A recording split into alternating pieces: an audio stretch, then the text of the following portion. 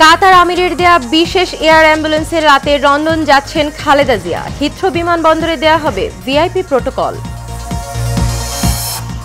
শেখ হাসিনার সাবেক প্রেস সচিব নাইমুল ইসলাম খানের বিরুদ্ধে দুদকের অনুসন্ধান, ১৬৩টি ব্যাংক হিসাবে অস্বাভাবিক লেনদেন। ফরিদপুরের রেল ক্রসিংয়ে ট্রেনের ধাক্কায় মাইক্রোবাসের ৫ যাত্রী নিহত, আহত ৪ জন। রেল ক্রসিংয়ে নেই গেটম্যান। এবং চীনের তিব্বতে শক্তিশালী ভূমিকম্পে অর্ধশতাধিক নিহত, বাংলাদেশের বিভিন্ন স্থানে মৃদু কম্পন অনুভূত।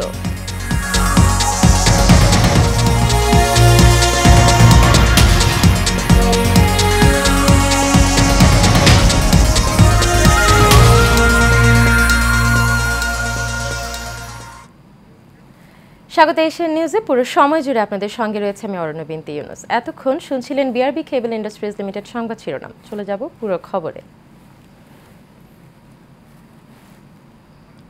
দীর্ঘ কারাবরণের পর অবশেষে উন্নত চিকিৎসার জন্য বিএনপি চেয়ারপারসন বেগম খালেদা জিয়াকে নেওয়া হচ্ছে লন্ডনে। রাতেই কাতারের আমিরের পক্ষ হতে পাঠানো বিশেষ এয়ার অ্যাম্বুলেন্সে করে তিনি ঢাকা ছাড়বেন।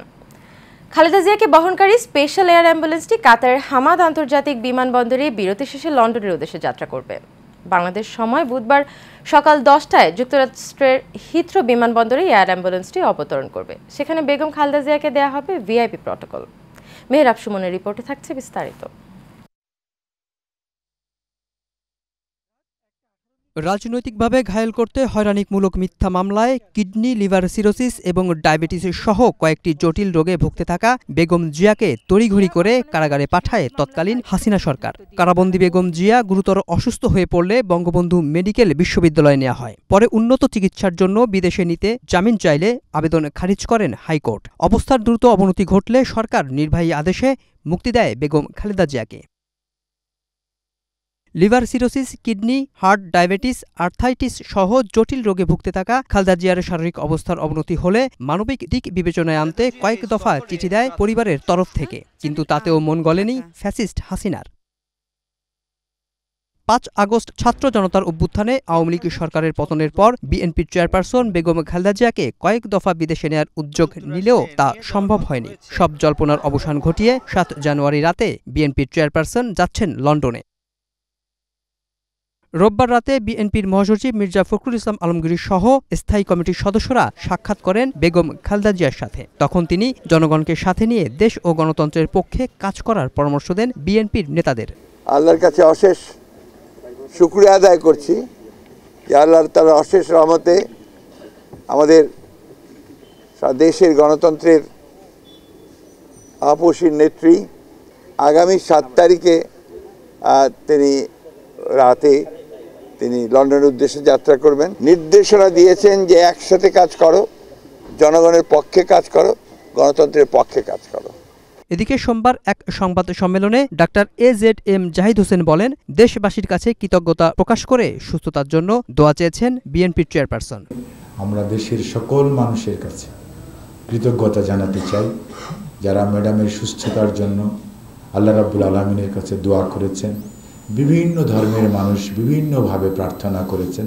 তাদের সবার কাছে দলের পক্ষ থেকে আমরা কৃতজ্ঞতা জানাই, ধন্যবাদ জানাই। এবং ম্যাডাম সবাইকে ধন্যবাদ জানিয়েছেন, দল ধন্যবাদ জানিয়েছেন, আমাদের ভারপ্রাপ্ত চেয়ারম্যান জনাব তারেক রহমান সাহেব জানিয়েছেন। এবং ম্যাডামের আগামী চিকিৎসাটা যাতে সুস্থ হয়ে আল্লাহর অশেষ মেহেরবানিতে উনি আবার আমাদের মাঝে ফেরত আসতে পারে, সেজন্য দেশবাসীকে ওনার সুস্থতার জন্য দোয়া করার জন্য উনি অনুরোধ করেছে দলের পক্ষ থেকে। প্রায় ৮ বছর পর দেখা হবে মা ছেলের। সব মিলিয়ে সৃষ্টি হবে এক আনন্দ আর আবেগঘন পরিবেশের। Mehrab Suman, Asian television, Dhaka.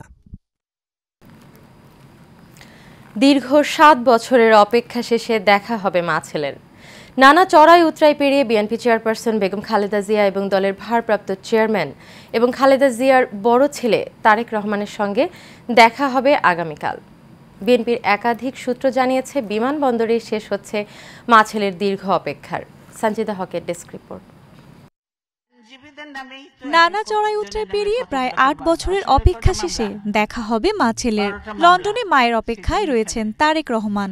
অবসান হতে চলেছে সেই অপেক্ষার। মাঝখানে বেগম খালেদা জিয়ার ছোট ছেলে ও তারেক রহমানের ছোট ভাই আরাফাত রহমান কোকোর মর্মান্তিক মৃত্যু হয়।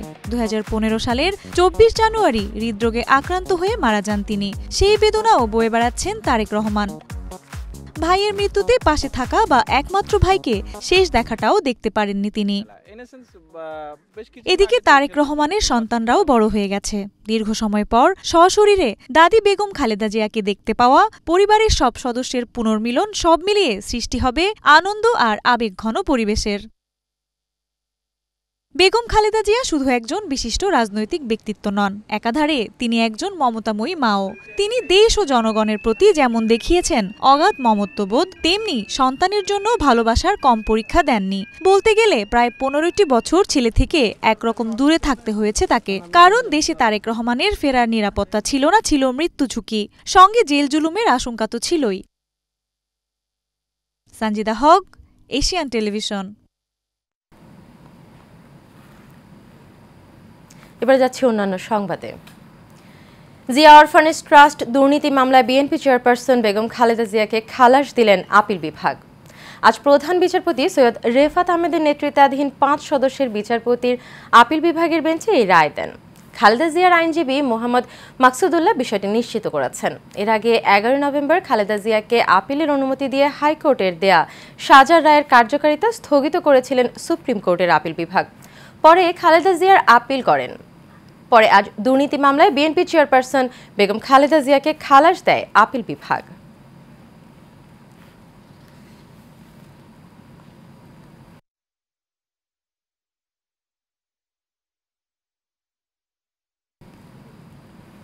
অবৈধ সম্পদ অর্জনের অভিযোগে সাবেক প্রধানমন্ত্রী শেখ হাসিনার প্রেস সচিব এবং সিনিয়র সাংবাদিক নাইমুল ইসলাম খানের বিরুদ্ধে অনুসন্ধান শুরু করেছে দুর্নীতি দমন কমিশন। সকালে কমিশন বৈঠকে এই সিদ্ধান্ত নেওয়া হয়। এর আগে নাইমুল ইসলাম খান তার পরিবারের সদস্যদের 163টি ব্যাংক হিসাবের সন্ধান পায় বাংলাদেশ ফাইন্যান্সিয়াল ইন্টেলিজেন্স ইউনিট। এদিকে অবৈধ সম্পদ অর্জনের অভিযোগে মাগুরা 1 আসনের সাবেক সংসদ সদস্য সাইফুজ্জামান শিখর এবং তার স্ত্রীর বিরুদ্ধে মামলা করেছে দুদক। গাইবান্ধা 4 আসনের সাবেক এমপি আবুল কালাম আজাদের বিরুদ্ধে মানি লন্ডারিং এর মামলা করারও সিদ্ধান্ত নেওয়া হয়েছে। এছাড়া সরকারি কর্মকর্তা কর্মচারীদের দ্বৈত নাগরিকত্বের তথ্য চেয়ে সব মন্ত্রণালয়ে চিঠি দিয়েছে দুর্নীতি দমন কমিশন।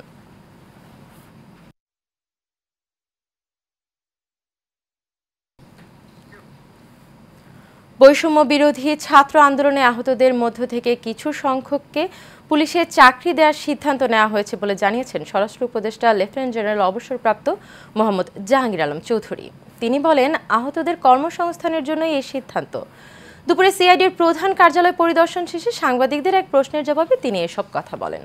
তিনি বলেন, আপাতত পুলিশে শুরু করছি, পরবর্তী সময়ে মন্ত্রণালয়ের অধীনে থাকা সব ডিপার্টমেন্টে চাকরি দেওয়া হবে। স্বরাষ্ট্র উপদেষ্টা আরও বলেন, বিগত সরকারের আমলে সব থেকে বড় সমস্যা ছিল মানি লন্ডারিং। এটা নিয়ে সিআইডি প্রধানকে নির্দেশনা দেওয়া হয়েছে। দ্রুত বাংলাদেশ ব্যাংক থেকে রিজার্ভ চুরির ঘটনার প্রতিবেদন দেওয়ার নির্দেশ দেওয়া হয়েছে বলেও তিনি জানান। আগেও বলছি যে আমরা এই ট্রাফিকের যে একটা সমস্যা, এটা কিন্তু রয়ে গেছে। যদিও এই রাস্তা যানজটের সমস্যাটা আমার স্বরাষ্ট্র মন্ত্রণালয়ের একা কিন্তু দায়িত্ব না, এটা কিন্তু অন্যান্য মন্ত্রণালয়ের দায়িত্ব রয়ে গেছে, তবুও স্বরাষ্ট্র মন্ত্রণালয় কিন্তু এর সাথে জড়িত। এই জন্য আমরা কিন্তু প্রায় 1000 ছাত্রদের আমরা এই ট্রাফিক নিয়োগের জন্য আমরা একটা প্রপোজাল পাঠিয়েছি। আমরা এই পর্যন্ত 400 জনের মতো নিয়েছি। ফরিদপুরের কাফুরা লেভেল ক্রসিংয়ে ঢাকাগামী ট্রেনের ধাক্কায় এক মাইক্রোবাসের 5 যাত্রী নিহত হয়েছেন। আহত হয়েছেন অন্তত 4 জন। বেলা 11:30টার দিকে জেলা সদরের মুন্সিবাজারের গেরোদা রেল ক্রসিং এলাকায় দুর্ঘটনা ঘটে। এতে ঘটনাস্থলেই 3 জন নিহত হন। আহতদের উদ্ধার করে ফরিদপুর মেডিকেল কলেজ হাসপাতালে পাঠানোর পর আরও 2 জনের মৃত্যু হয়। পুলিশ জানায়, একটি মাইক্রোবাসে করে 10 থেকে 11 জন যাত্রী লেভেল ক্রসিং পার হচ্ছিলেন। এ সময় ফরিদপুর থেকে ঢাকামুখী মধুমতি এক্সপ্রেস ট্রেনের ধাক্কায় এই দুর্ঘটনা ঘটে। দুর্ঘটনার পর মাইক্রোবাসটি পাশের পুকুরে পড়ে। এ সময় মাইক্রোবাসের সিলিন্ডার বিস্ফোরিত হয়। জানা যায়, ওই লেভেল ক্রসিংয়ে কোনো গেটম্যান নেই। নিহতদের সবাই নারায়ণগঞ্জের বাসিন্দা। তারা হলেন নারায়ণগঞ্জের ভুইয়াপাড়া এলাকার কালু ভুইয়ার নাতি, সাইদের স্ত্রী, সাইদের চাচাতো বোন, ভগ্নিপতি সহ আরও 2 জন।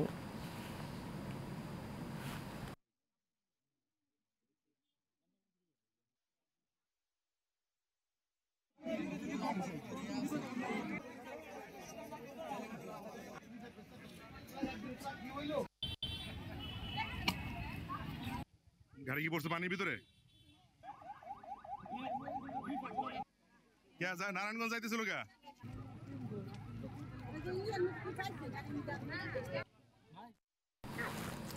দর্শক, সংবাদের শুরুতে যেমনটি বলছিলাম, আজ রাতে উন্নত চিকিৎসার জন্য ঢাকা ছাড়ছেন বেগম খালেদা জিয়া।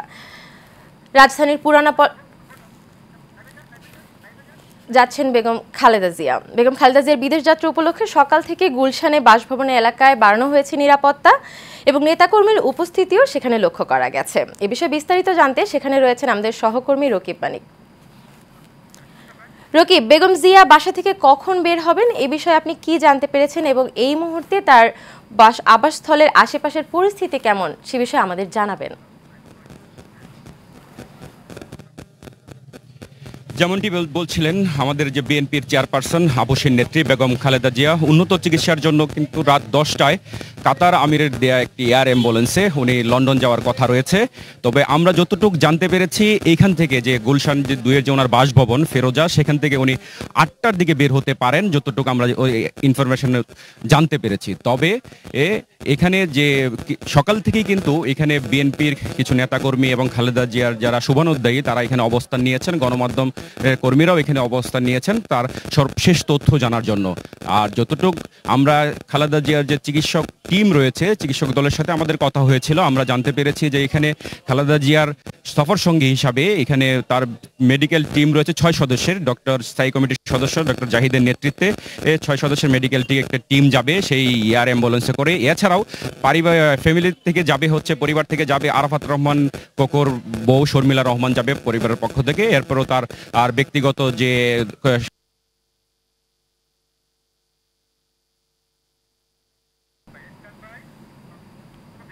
রকিব, ধন্যবাদ আপনাকে। পরবর্তী সংবাদে আমরা আবারও আপনার সাথে যুক্ত হব। দর্শক, এতক্ষণ সরাসরি যুক্ত ছিলাম রকিব মানিকের সঙ্গে খালেদা জিয়ার বসবাসস্থলের আশেপাশের অবস্থা জানার জন্য। এবার চলে যাচ্ছি অন্যান্য সংবাদ প্রসঙ্গে।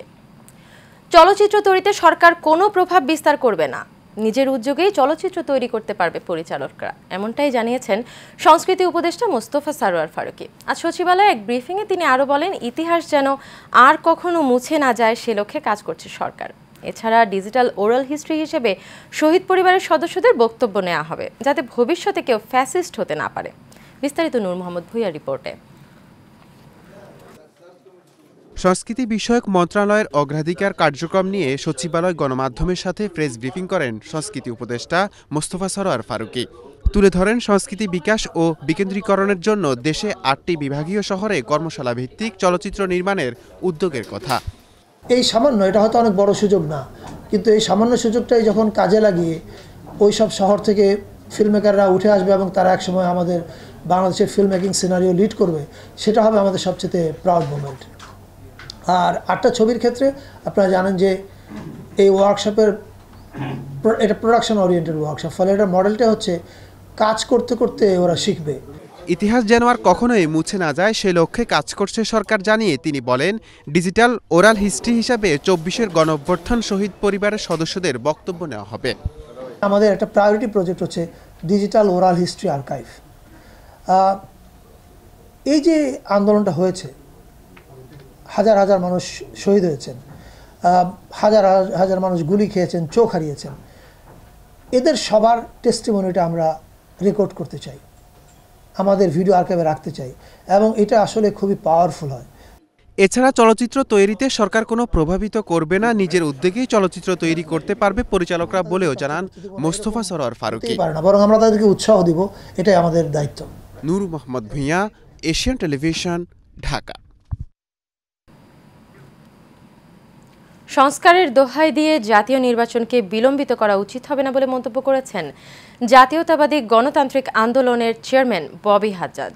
দুপুরে দলটির মহানগর কার্যালয়ে এক সংবাদ সম্মেলনে তিনি এই কথা বলেন। এনডিএম চেয়ারম্যান বলেন, বিগত স্বৈরাচার শেখ হাসিনা অভিনব প্রতারণার নির্বাচন করে জাতির সাথে তামাশা করেছিল, তাই মুক্তিকামী জনগণ তাকে উৎখাত করেছে। তারুণ্যের সব গঠনমূলক উদ্যোগকে স্বাগত জানিয়ে তিনি বলেন, কেউ ষড়যন্ত্র করে ক্ষমতায় আসতে চাইলে মেনে নেবে না এনডিএম।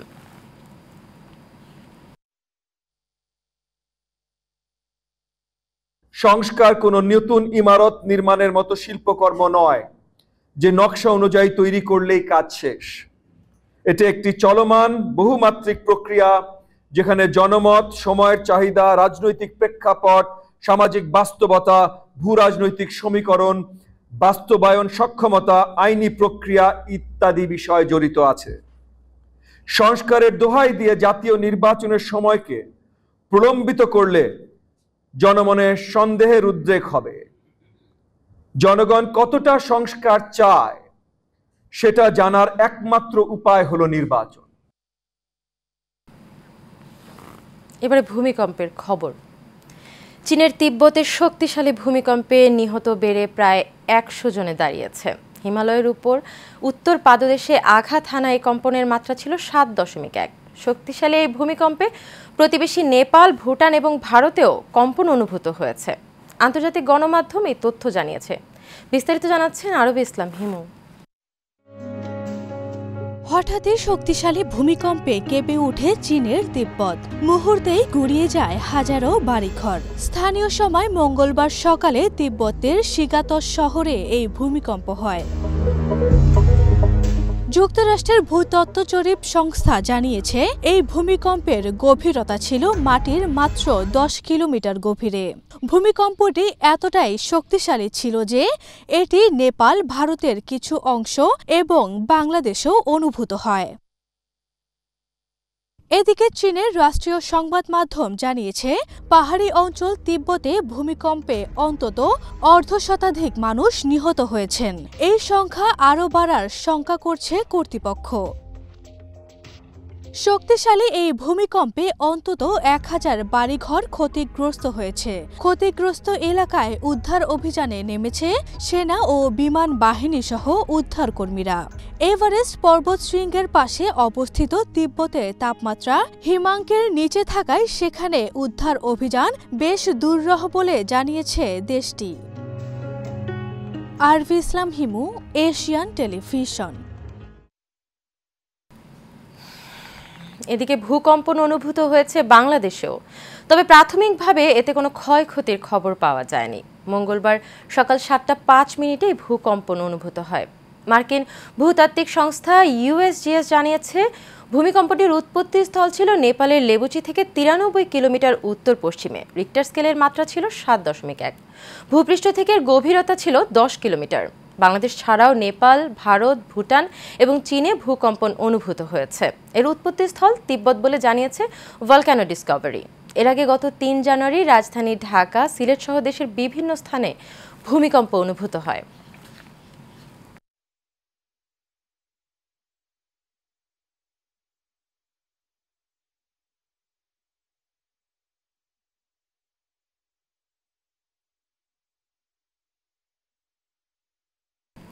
যেখানে মাদক সেখানেই অভিযান চালাবে মাদকদ্রব্য নিয়ন্ত্রণ অধিদপ্তর।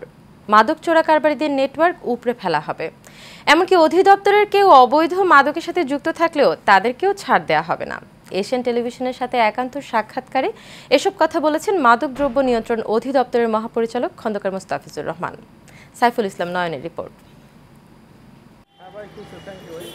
মাদক নিয়ন্ত্রণ অধিদপ্তর সমাজ থেকে মাদক নিয়ন্ত্রণের কাজ করলেও কিছুটা হলেও বিতর্ক রয়েছে প্রতিষ্ঠানটির গুটি কয়েক কর্মকর্তা কর্মচারীর কর্মকাণ্ডে।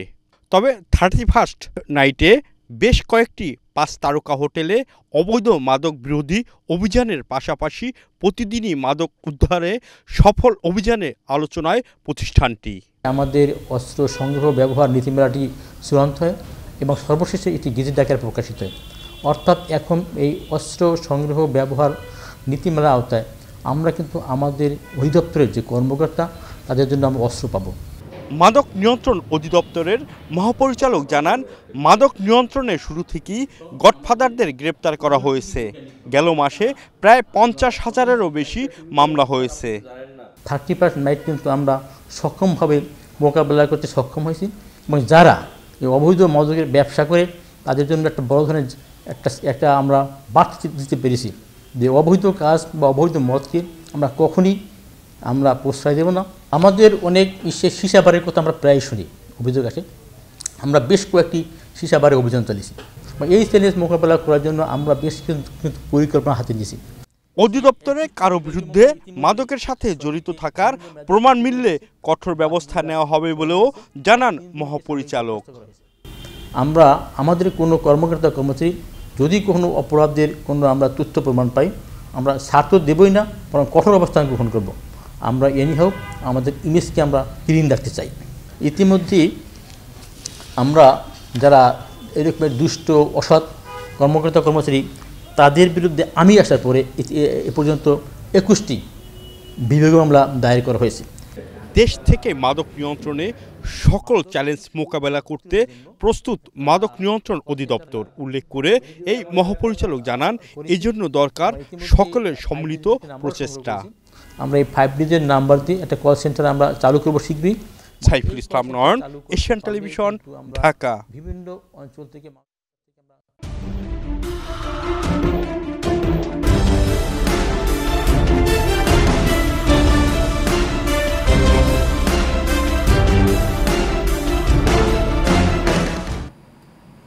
এ পর্যায়ে থাকছে সারা বাংলার সংবাদ। দেশে ফিরলেন চট্টগ্রামের ভারতীয় কোস্ট গার্ডের হাতে আটক 2টি ফিশিং ট্রলার, 78 জন জেলে এবং নাবিকসহ ভারতের কারাগার থেকে মুক্তি পাওয়া 90 বাংলাদেশি। সকাল 9টায় পতেঙ্গার কর্ণফুলী চ্যানেলে এসে পৌঁছান তারা। বাংলাদেশের এফবি লায়লা 2 এবং এফবি মেঘনা 5 নামে 2টি ফিশিং ভেসেলও ফেরত এসেছে। গত 5 জানুয়ারি দুপুরে পশ্চিমাঞ্চলীয় আন্তর্জাতিক জলসীমায় ভারতে আটক থাকা 90 জন বাংলাদেশি এবং বাংলাদেশে আটক 95 জন ভারতীয়কে হস্তান্তর কার্যক্রম সম্পন্ন হয়। এর আগে 9 ডিসেম্বর দুপুরে বাংলাদেশের সমুদ্রে মাছ ধরার সময় 2টি ট্রলার সহ জেলে নাবিকদের ধরে নিয়ে যায় ভারতীয় কোস্টগার্ড। ভারতীয় জলসীমায় মাছ শিকারের অভিযোগ এনে ভারতীয় কোস্টগার্ড তাদের আটক করে। সেখানে আদালতের মাধ্যমে অনুপ্রবেশের দায়ে কারাগারে রাখা হয়।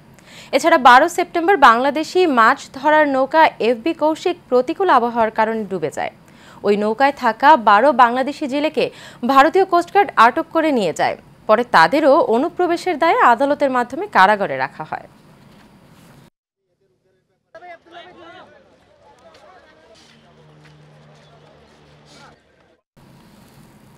কুড়িগ্রাম সীমান্তে কিশোরী ফেলানী হত্যার 14 বছর আজ। দেশ বিদেশে আলোচিত এই নির্মম হত্যাকাণ্ডের দীর্ঘ সময় পেরিয়ে গেলেও বিচার পায়নি ফেলানীর পরিবার। বিচারিক কাজ ভারতের উচ্চ আদালতে ঝুলে থাকায় এখনও ন্যায় বিচারের আশায় অপেক্ষার প্রহর গুনছেন ফেলানীর বাবা মা সহ স্থানীয়রা। বিচারিক কাজ বিলম্বিত হলেও ন্যায় বিচার প্রতিষ্ঠার মাধ্যমে সীমান্ত হত্যা বন্ধের প্রত্যাশা বিশিষ্টজনদের। কুড়িগ্রাম প্রতিনিধি হাফিজুর রহমান হৃদয়ের তথ্য এবং ছবিতে বিস্তারিত জানাচ্ছেন আরব ইসলাম হিমু। বিশ্ব আলোচিত সীমান্তে কিশোরী ফেলানী হত্যার 14 বছর আজ।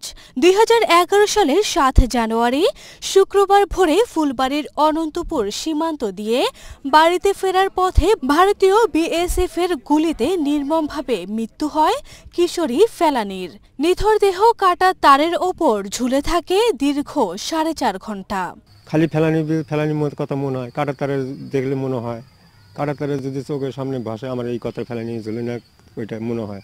এই ঘটনায় বিশ্বব্যাপী তোলপাড় শুরু হলে 2013 সালের 13 আগস্ট ভারতের কোচবিহারে জেনারেল সিকিউরিটি ফোর্সের কোর্টে ফেলানী হত্যা মামলার বিচার শুরু হয়। বিএসএফ এর কোর্টে সাক্ষী দেন ফেলানীর বাবা নূর ইসলাম ও মামা হানিফ। বিগত আওয়ামী লীগ সরকারের কারণে খুনির বিচার হয়নি বলে অভিযোগ পরিবারের। কিন্তু কোনো একটা শাস্তি হলো না, কোনো বিচার হলো না। একে দুইবার গেলাম আমি ভারতে বিএসএফ আদালতে, উনিরা দেখে নিয়ে গেল, সাক্ষী দিলাম, যা যা ঘটনা সত্য ঘটনা তাই বললাম, কিন্তু উনিরা আমার বিচার করে দেয় নাই। আজও যাবৎ আমি বিচার পাইলাম না। আগে যে সরকার ছিল ওই সরকার বিচার করলে কিন্তু করতে পারতো, কিন্তু উনি করে নাই। আমার বড় বোন ফেলানী যখন আমি ছোট ছিলাম সীমান্ত হত্যায় তখন মারা হয়েছে, তাকে মারা হয়েছে। আমি আমার বড় বোনের আদর স্নেহ থেকে বঞ্চিত হয়েছি। যে মারছে তার আমরা কঠিনতম বিচার চাই। যুগে যুগে সীমান্তে হত্যা বেড়ে চলেছে বলে অভিযোগ বাংলাদেশি নাগরিকদের। তাই দ্রুত ফেলানী হত্যার বিচার হলে বন্ধ হবে এসব হত্যাকাণ্ড, বলছেন এলাকাবাসী। কমপক্ষে ফেলানীর হত্যাকাণ্ডের বিষয়টা ভারতীয় সরকারের নলেজে গেছে, কিন্তু আজও পর্যন্ত ভারত সরকার এই আমাদের একটা হত্যাকাণ্ডের বিচার করতে পারেনি। ফেলানী হত্যার অনেকদিন হয়ে গেল, কিন্তু আমরা কোনো বিচার পেলাম না। হয়তো ফেলানী হত্যার যদি বিচারটা হইতো তাহলে সীমান্তে এইগুলা মারধরগুলো আর হতো না। ভারতের সুপ্রিম কোর্টে ফেলানি হত্যা মামলার রিট তালিকাভুক্ত রয়েছে বলে জানিয়েছেন আইনজীবী। সেটি যত দ্রুত শুনানি হবে ততই মামলাটির অগ্রগতি হবে বলেও জানান তিনি। এছাড়াও ফেলানি হত্যার বিচার হলে বাংলাদেশি নাগরিকদের পাশাপাশি ভারতীয় নাগরিকরাও সুরক্ষিত থাকবে বলে মনে করেন এই আইনজীবী। ফেলানির বিচারের জন্য ফেলানির বাবা ভারতীয় সুপ্রিম কোর্টে যে আবেদনটি করেছে, যে রিট পেন্ডিং রয়েছে, সেটি যদি নিষ্পত্তি হয় তাহলে শুধু ন্যায় বিচারই হবে তা না, ভবিষ্যতে আমি মনে করি যে ভবিষ্যতে আমাদের বর্ডার ম্যানেজমেন্ট সহ খুন খারাপি কমে আসবে। আরভি ইসলাম হিমু, এশিয়ান টেলিভিশন। ফ্ল্যাট এবং জমি নিয়ে দ্বন্দ্বের জেরে সংবাদ সম্মেলনের প্রতিবাদে পাল্টা সংবাদ সম্মেলন করেছেন এক ভুক্তভোগী। আলী আকসার ঝন্টু নামের ওই ভুক্তভোগী আজ সংবাদ সম্মেলন করেন। তার দাবি, গত 4 জানুয়ারি ফরিদপুরের আলফাডাঙ্গা উপজেলার পানাইল গ্রামে এসকে আজাদ নামের অবসরপ্রাপ্ত খাদ্য পরিচালক সংবাদ সম্মেলনে তার বিরুদ্ধে মিথ্যাচার করেছেন। তিনি অভিযোগ করেন, এসকে আজাদ সরকারি কর্মকর্তা হয়ে অবৈধভাবে কোটি কোটি টাকার সম্পদ গড়েছেন। আলী আকসার ঝন্টু আরও বলেন, ফ্ল্যাট এবং জমি দেওয়ার কথা বলে 2,60,00,000 টাকা নেন আজাদ, কিন্তু দীর্ঘদিন ধরে তা বুঝিয়ে না দিয়ে তালবাহানা করছেন। এ নিয়ে থানাতে অভিযোগ দাখিল এবং কোর্টে মামলা করেছেন বলেও জানান এই ভুক্তভোগী।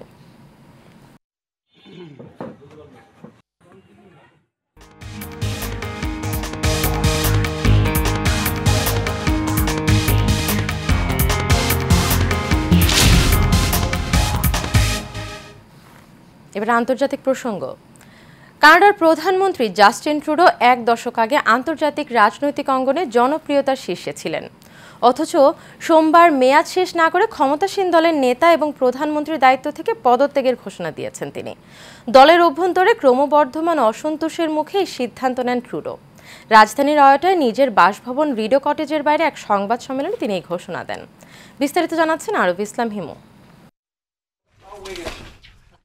নানা সমালোচনা ও দলীয় চাপের মুখে পদত্যাগের ঘোষণা দিলেন কানাডার প্রেসিডেন্ট জাস্টিন ট্রুডো।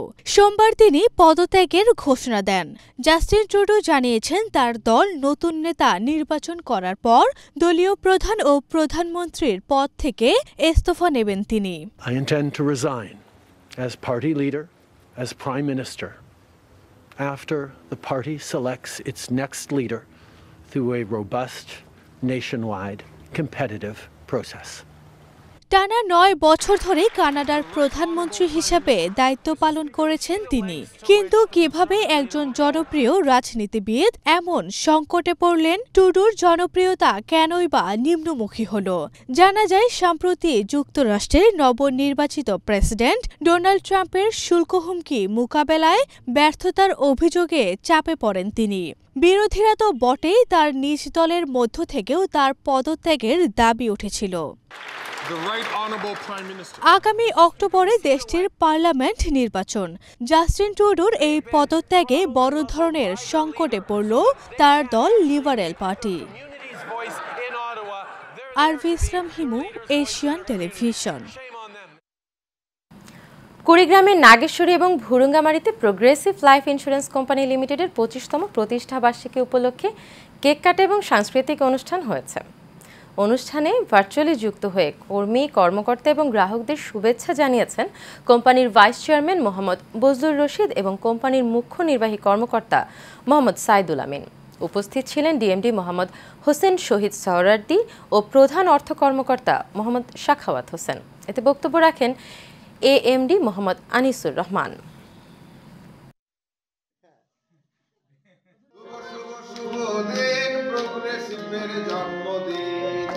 25তম প্রতিষ্ঠা বার্ষিকীতে আসুন আমরা অঙ্গীকার করি, এবছর প্রায় আমাদের 5 কোটি হয়ে গেছে।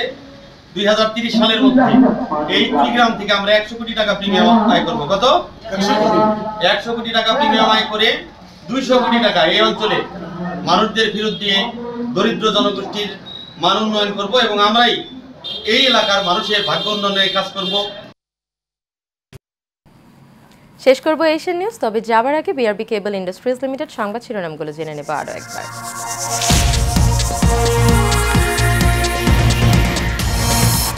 কাতার আমিরের দেয়া বিশেষ এয়ার অ্যাম্বুলেন্সে রাতে লন্ডন যাচ্ছেন খালেদা জিয়া। হিথ্রো বিমানবন্দরে দেয়া হবে ভিআইপি প্রটোকল। শেখ হাসিনার সাবেক প্রেস সচিব নাইমুল ইসলাম খানের বিরুদ্ধে দুদকের অনুসন্ধান, 163টি ব্যাংক হিসাবে অস্বাভাবিক লেনদেন। ফরিদপুরে রেল ক্রসিংয়ে ট্রেনের ধাক্কায় মাইক্রোবাসের 5 যাত্রী নিহত, আহত 4 জন। রেল ক্রসিংয়ে নেই গেটম্যান। এবং চীনের তিব্বতে শক্তিশালী ভূমিকম্পে অর্ধশতাধিক নিহত, বাংলাদেশের বিভিন্ন স্থানে মৃদু কম্পন অনুভূত।